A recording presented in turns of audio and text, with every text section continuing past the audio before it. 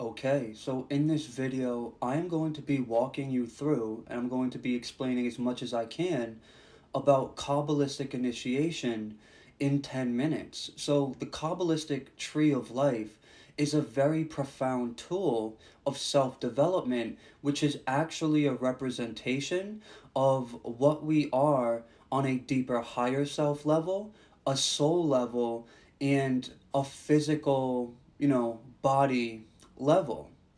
And when we're utilizing this as a tool by going through the initiatory process that unfolds when we're working with the Kabbalistic system, what we're actually doing is remembering what we are. And this is why typically as occultists, what we will do is we start at the bottom, which represents like the physical human character, and then we work our way up, working through all of these different archetypal energies, which are actually energetic structures within we could say the mass collective unconscious, and are a part of our overall energetic structure as a being.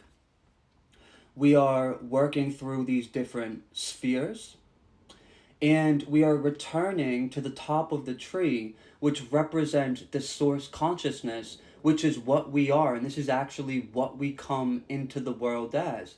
So we actually start up here in the void, and then there's a spark of inspiration, a spark of what you can think just to be consciousness that comes from the void. It moves through these veils into Kether, and then it spirals down the tree, and until we have Malkuth, which is representing the physical plane, and this would be our birth. As we are working through this, as we're going through the system, we're moving up the tree, we are retracing our steps and returning to the allness of what we are. We're returning to that pure source consciousness state, and then we're grounding this back into the physical plane in the very same way, or the very same manner in which we were created in the first place. We can actually go as far to say in which we created ourselves, because what we are on a soul level is a part of a much larger organism that I like to call the higher self. And we are actually our higher self, but we choose to project ourselves into the time matrix as a individualized soul, as a fractal, to have the human experience, because there's a lot of evolutionary benefits that the higher self gains from this. So starting at the bottom, most people are identified, let me make sure I'm pointing, there's a thing in my way I can't see. Most people are identified with Malkuth, meaning the 9 to 5, the hustle and bustle to get the work, the human character, and the physical body. And a lot of people on our planet, this is as far as their consciousness is actually going. Even though, just like I am, just like you are, they're the entirety of this system, their awareness due to certain programming is only allowing them to be conscious of the experience of Malkuth. Malkuth represents physical cause and effect.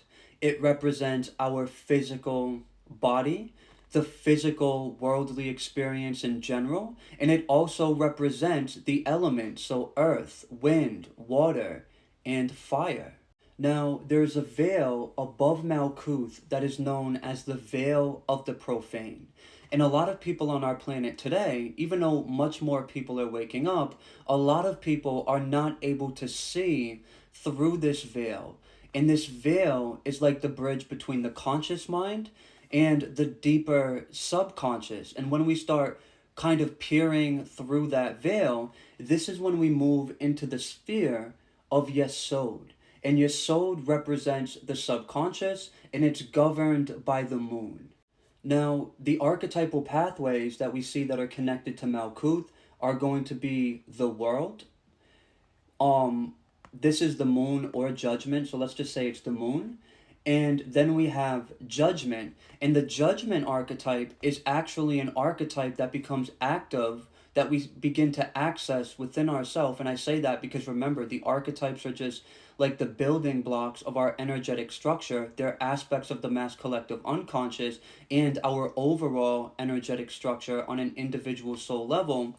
We will start experiencing judgment, which can come with the catalyst necessary to begin dissolving that veil of the profane, so we can now move into Yesod by going through the pathway of the world, which can actually represent beginnings and endings, cycles that are coming to a close. Now from here, we're finding ourselves in what is known as the astral triangle. So a Yesod has to do with the astral plane because it's associated with our subconscious mind, and then Nedzak and Hod are also associated with different layers of the mind. And of course, if it's associated with the mind, there's that connection to the astral realm, which is why this triangle right here is associated with the astral realm. Now above the astral triangle or triad, there's going to be another veil, and what this represents is us removing certain limitations from our being, certain programs, suppressed energies, and things of that nature, so we can move into the deeper layers of consciousness, which is moving us up this tree and into the next sphere, which is going to represent the solar plexus chakra. This sphere is governed by Archangel Raphael, and it's known as Tiphareth. Through the principle of as within, so without, as we're opening up these different energetic centers, within our being, this is also going to come with physical experiences in our real everyday life. So in our relationship, at work, at home, wherever it is, and these experiences are going to mirror back to us what it is that our higher self is teaching us to expand our awareness and to go through a re-remembrance of what we are. The more we're moving up the tree by processing the different spheres and the different archetypal energies that connect them all together, we're gaining access to more of the source energy within ourselves, which is actually what we got separated from as a child through certain perceptions, certain programming that goes into the subconscious from the industries, from our parents, from religion, whatever, and of course, trauma in our system as well. Now, eventually, we have to make it to this gateway, to a threshold that is built in within the system, and it's called the 11th hidden sphere of Thoth, also known as the abyss. And this is when we go through a major dissolving process of certain perceptions, certain beliefs, things in our physical reality that are not serving us. We resurface suppressed energies from our body, and we experience those energies in the form of heavy emotions, and we're giving the opportunity to let them go, so we can now move into the supernal triad, the highest aspects of this tree. It is during the crossing of the abyss where a very significant link with the higher self is actually formed, and most people are disconnected from their higher self. Even in the spiritual community, if you pay attention, most people, would rather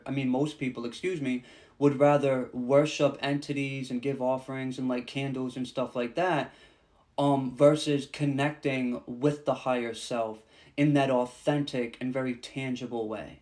This is a major point of realizing our divinity, and it is the point of no return. And it doesn't mean we're perfect, but there's really no turning back to the old version of the self after this.